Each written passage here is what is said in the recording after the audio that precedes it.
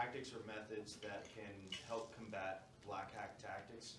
For instance, I sell 7 to 10 very large known brands, and I see, based on certain patterns in buyer activity, a lot of, competitor fraud. So I didn't know if anybody's ever experienced competitor fraud attacks, inventory buyouts, anything like that.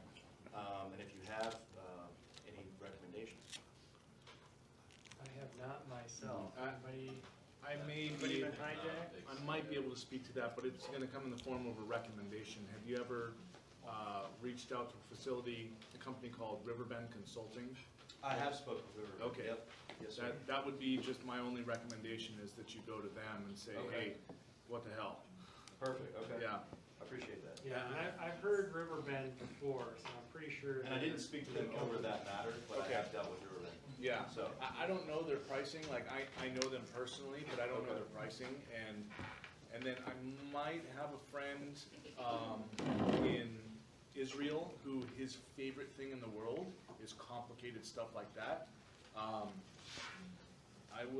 send him a message and see if he has anything to say about that. So Okay. come to me afterwards, and then we'll form the question. Awesome, thank you. Yeah. Yeah, I've heard a lot about it. I don't have firsthand experience. I know it's just something you got to deal with for high volume, high competition markets. Yes. So, I can answer some of that, I guess. It depends on what you consider black hat. That's one thing. So if you're talking about hijacking, it's a very, very big problem on Amazon. It's like when you start selling something that is a big problem. Oh, for wholesale, yes, exactly. Generalized. Yeah, okay. Private label, we can manage our Hijackers. Yeah, so you start selling this cup, and then it becomes a phone that doesn't even belong to the same brand.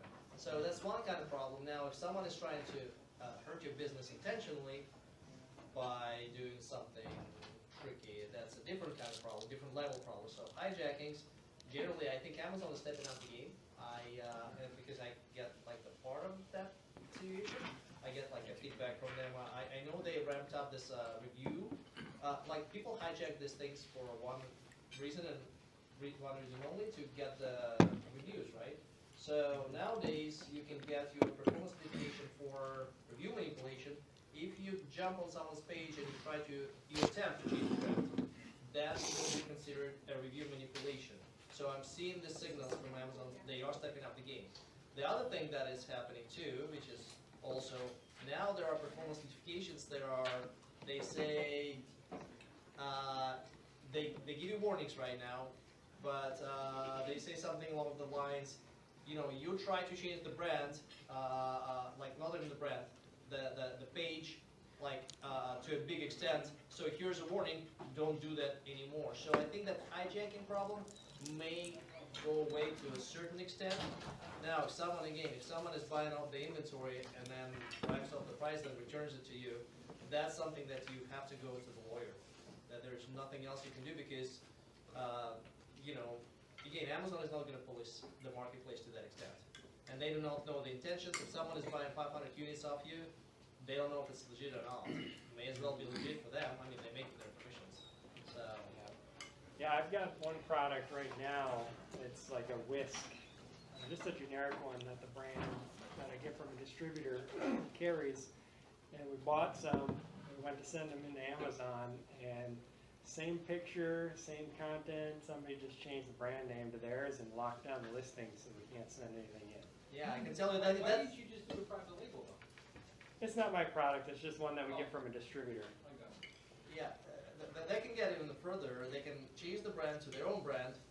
Then they can have the, the suspected intellectual property. It's some kind of program where it checks your brand, and then they can actually, if they change it to their brand and they have the brand registry, they can do an IP complaint against you, and then you're going to have a hell of a time proving to Amazon that this is not what it is. Wayback Machine, that's a thing. You can actually use it to your advantage. Amazon? Yes. It works? It kind of does, but you got to find the right people in the catalogs. Yeah. But it does kind of work. Okay. I mean, because they cannot deny something that is so obvious. You can give them the evidence that this page was this thing for 7 years. 2 months ago, the brand changed, the content changed, everything changed, and now they, filing the IP complaints against you. Yeah. That kind of gives them a little